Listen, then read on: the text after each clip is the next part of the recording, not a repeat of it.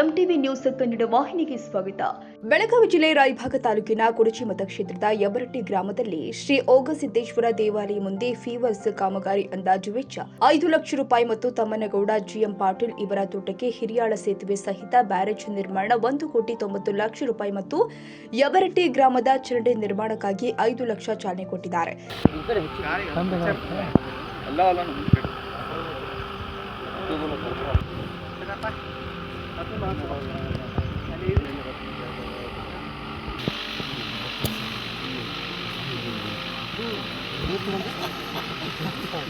ಈ ಸಂದರ್ಭದಲ್ಲಿ ಶಂಭುಗೌಡ ಪಾಟೀಲ್, ಗೋಪಾಲಗೌಡ ಪಾಟೀಲ್, ಡಾಕ್ಟರ್ ಶಂಕರ್ ಶಂಭು ಮೊಳೆ, ತಮ್ಮನಗೌಡ ಪಾಟೀಲ್, ನಿಜಗೌಡ ಪಾಟೀಲ್, ಗ್ರಾಮ ಪಂಚಾಯಿತಿ ಅಧ್ಯಕ್ಷರು ಮಹೇಶ್ ಒಡೆಯರ್, ಗ್ರಾಮ ಪಂಚಾಯಿತಿ ಉಪಾಧ್ಯಕ್ಷರು ಮತ್ತು ಆನಂದ ಮೊಳೆ ಹಾಗೂ ಗ್ರಾಮ ಪಂಚಾಯಿತಿಯ ಸದಸ್ಯರು ಪ್ರಕಾಶ್ ಒಡೆಯರ್ ಮತ್ತು ಯಬರಟ್ಟಿಯ ಗ್ರಾಮಸ್ಥರು ಉಪಸ್ಥಿತರಿದ್ದರು.